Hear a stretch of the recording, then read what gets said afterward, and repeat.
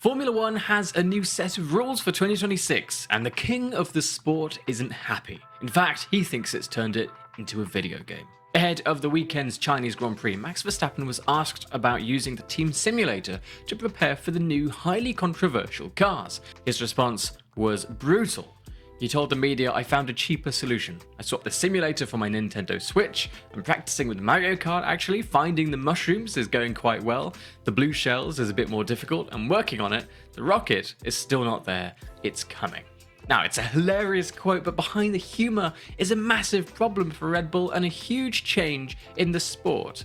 Today, we're driving into exactly why Max Verstappen thinks F1 is now Mario Kart, how the 2026 regulations have altered the pecking order, and why this weekend's Chinese Grand Prix is going to expose the biggest, most dangerous flaw in these new cars. Welcome back to MotorBiscuit. My name's Alex Harrington. Let's get into it. To understand Max's frustration, we have to look at what changed for 2026. The FIA completely overhauled the engine regulations. They got rid of the MGUH, the incredibly complex part of the hybrid system that recovered energy from the exhaust, and they equalized the overall power balance.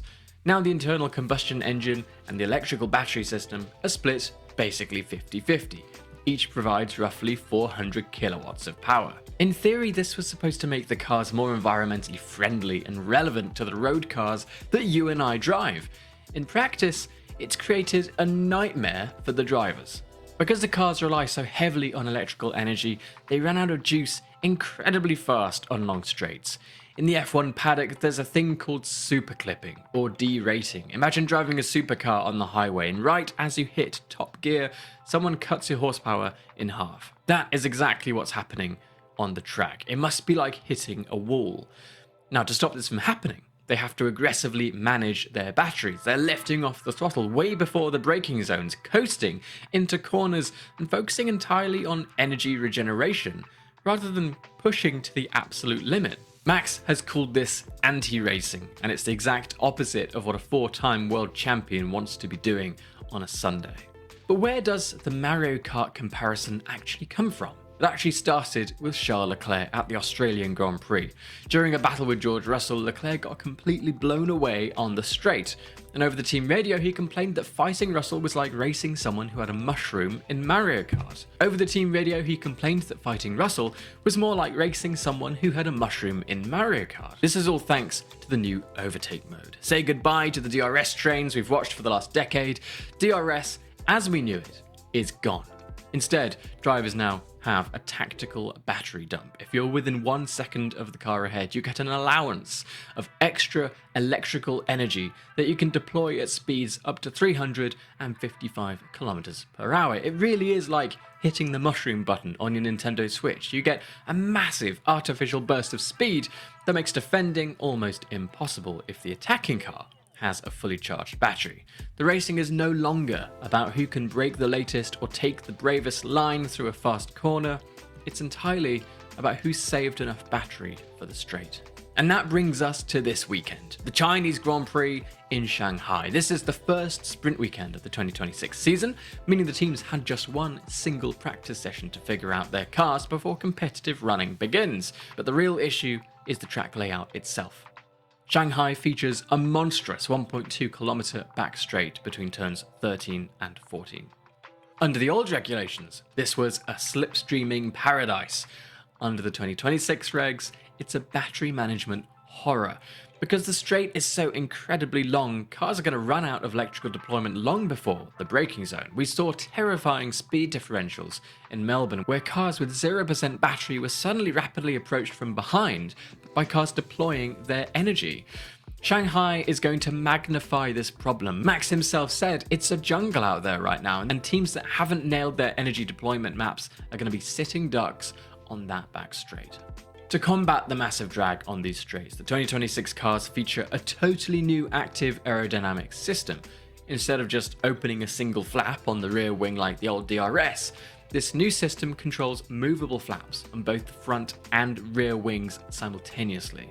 Through the corners, the cars run in corner mode, where the flaps are angled to generate maximum downforce and therefore grip. But once they hit the straights, the driver deploys straight mode. This opens the flaps up on both wings, shedding a massive massive amount of aerodynamic drag to boost top speed. It's a complex balancing act to get right. This is a totally new technical frontier, and right now one team has absolutely nailed it. That's obviously Mercedes. Mercedes dominated in Australia with George Russell and Kimi Antonelli securing a commanding 1-2 finish. They have clearly mastered the complex dance between the 50-50 engine split, the battery harvesting, and the active aero. Their cars are efficient, they don't clip as aggressively on the straights, and they have power in reserve when they need it. Meanwhile, Red Bull is struggling. Max finished 6th in Melbourne after a crash in qualifying forced him to start 20th. While that sounds like a great recovery drive, the reality is that the Red Bull car just doesn't have the pace of the top 4 cars right now. They're suffering from massive tyre degradation, and more importantly, they're struggling with the electrical side of the power unit. The new partnership with Ford has potential, but right now they are kind of on the back foot. So what happens next? The drivers are frustrated, the fans are divided, and the FIA is reportedly holding emergency meetings in Shanghai to discuss tweaking the regulations to fix these battery issues. Max has explicitly stated he has no intention of leaving F1 right now, but he has warned that his future does depend on how fun these cars are to drive. If the racing remains an exercise in battery saving rather than flat out performance, we might see him looking for the exit door to race at Le Mans sooner rather than later. Until then, all eyes are on that 1.2 kilometer straight in China. Will Mercedes continue their dominance? Will Red Bull figure out their battery issues? And will anyone find the blue shell to throw at George Russell? Let us know what you think of the new 2026 regulations in the comments below. Do you agree with Max that it feels too artificial? Or do you like the new strategic element? Hit that like button, subscribe to MotorBiscuit for more like this, and we'll see you in the next video.